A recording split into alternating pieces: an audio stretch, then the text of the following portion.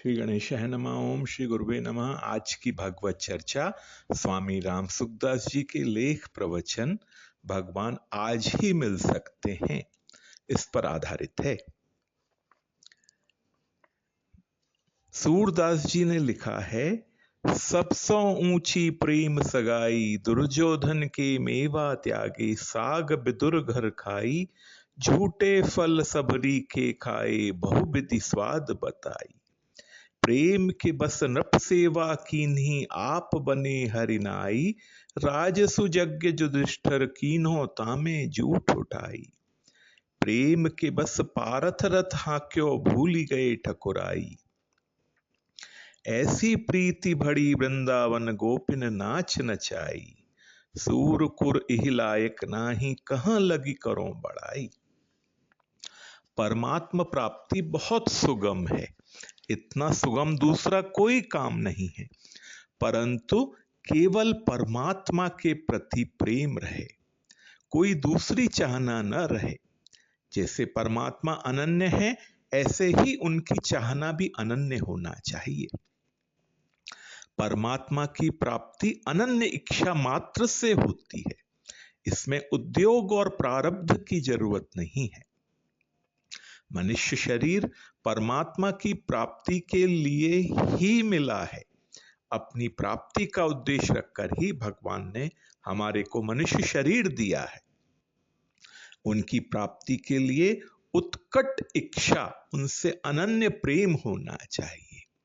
परमात्मा के सिवाय न जीने की चाहना हो, न मरने की चाहना हो, न भोगों की चाहना हो, न संग्रह की चाहना हो। जो हमारे प्रारब्ध में लिखा है, जब हम अपने कर्तव्य कर्म करेंगे वह हमारे को मिलेगा ही। परमात्मा हमारा है और हमारे में है। सर्वस्य चाहम हृदि सन्निविष्टः, ईश्वरः सर्वभूतानां हृदयेषु अर्जुन तिष्ठति। ये श्रीमद् भगवद गीता में आए हैं। वह हमारे से दूर नहीं है। हम 84 लाख योनियों में चले जाएं तो भी भगवान हमारे हृदय में रहेंगे। स्वर्ग या नरक में चले जाएं तो भी वे हमारे हृदय में रहेंगे। ऐसे सबके हृदय में रहने वाले भगवान की प्राप्ति क्या कठिन होगी। पर जीने की इच्छा, मान की इच्छा, बड़ाई की इच्छा, सुख की इच्छा, भोग की इच्छा आदि दूसरी इच्छाएं साथ में रहते हुए भगवान नहीं मिलते और हमारा मानव जन्म लेना सार्थक नहीं हो पाता। जब साधक भगवान से मिले बिना नहीं रह सकता, तब भगवान भी उससे मिले बिना नहीं रहते, क्योंकि भगवान का स्वभाव है, ये यथा माम प्रपद्यन्ते तां तथैव भजाम्यहम्। जो भक्त जिस प्रकार मेरी शरण लेते हैं, मैं उन्हें उसी प्रकार आश्रय देता हूं। परमात्मा प्राप्ति की अनन्य इच्छा हो जाए तो परमात्मा की ताकत ही काम करेगी। इसमें हमारी ताकत, हमारे कर्म, हमारा प्रारब्ध काम नहीं करेगा। हमारी अनन्य चाहना, हमारा उनके प्रति अनन्य प्रेम ही काम करेगा। अगर आप विचार कर लें भगवान आज मिलेंगे तो वे आज ही मिल जाएंगे, क्योंकि परमात्मा सर्वकाल में और सब जगह है। परंतु मन में यह बात नहीं आना चाहिए कि इतनी जल्दी कैसे मिलेंगे। भगवान हमारे कर्मों से नहीं अटकते। अगर आपके दुष्कर्म से, पाप कर्म से भगवान अटक जाए तो वे मिलकर भी क्या निहाल करेंगे। भगवान इतने निर्बल नहीं हैं जो पापों से अटक जाएं। उनके समान बलवान कोई है ही नहीं और हुआ भी नहीं और होगा भी नहीं। आपकी अनन्य इच्छा हो जाए, उत्कट इच्छा हो जाए तो आप कैसे ही हों, भगवान तो मिलेंगे मिलेंगे मिलेंगे। उनको मिलना पड़ेगा, इसमें संदेह नहीं है। परमात्मा प्राप्ति के लिए ही तो मानव जन्म मिला है। उनको रोकने की ताकत किसी में नहीं है। छोटा बालक रोता है तो मां आ ही जाती है। बालक जब रोने लगता तब सब घर के सदस्य उसके पक्ष में हो जाते हैं। सास, ससुर, देवर, जेठ सभी कहते हैं बालक रो रहा है, उसको उठा ले। मां को सब काम छोड़कर बालक को उठाना पड़ता है। बालक का एकमात्र बल रोना ही है।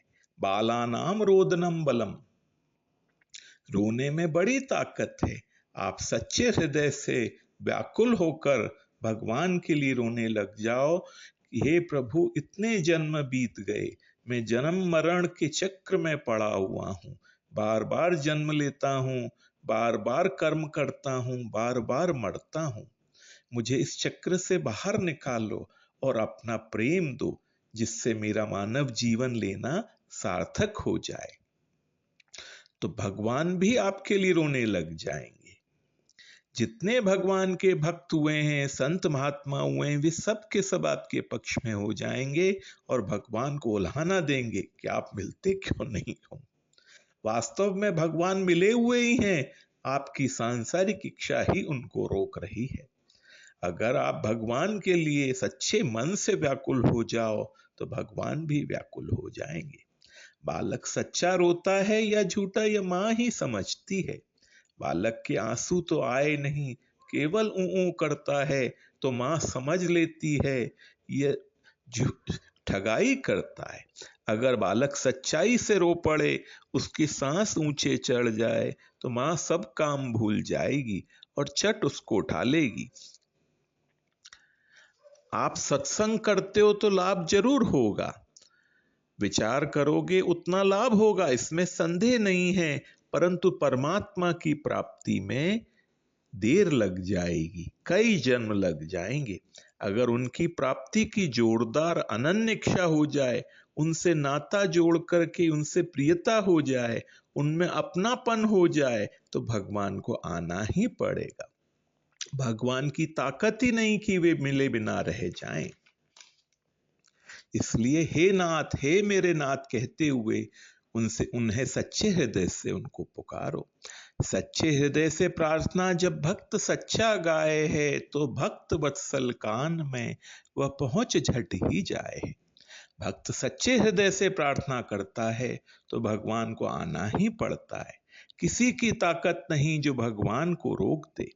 जिसके भीतर एक भगवान के सिवाय अन्य कोई इच्छा नहीं, न जीने की, न मरने की, न मान की, न सत्कार की, न आदर की, न रुपयों की, न कुटुंब की इच्छा है, उसको भगवान नहीं मिलेंगे तो क्या मिलेगा। आप पापी हैं या पुण्यात्मा हैं, पढ़े लिखे हैं या अनपढ़ हैं, इस बात को भगवान नहीं देखते। वे केवल आपके हृदय के भाव को देखते हैं। भगवान कैसे मिलें, ऐसे अनन्य लालसा हो जाए तो भगवान जरूर मिलेंगे, इसी जीवन में मिलेंगे, जीते जी मिलेंगे। बहुतों को मिले हैं, आज भी मिलते हैं और आपको भी मिल सकते हैं। मन में ये दृढ़ विश्वास रखें। आप और कोई इच्छा ना करके केवल भगवान की इच्छा करके देखो, वे मिलते हैं कि नहीं मिलते। आप करके देखो तो मेरी भी परीक्षा हो जाएगी, मैं ठीक कहता हूं कि नहीं। मैं तो गीता के बल पर कहता हूं। गीता में भगवान ने कहा है, ये यथा माम प्रपद्यन्ते तांस तथैव भजाम्यहम्।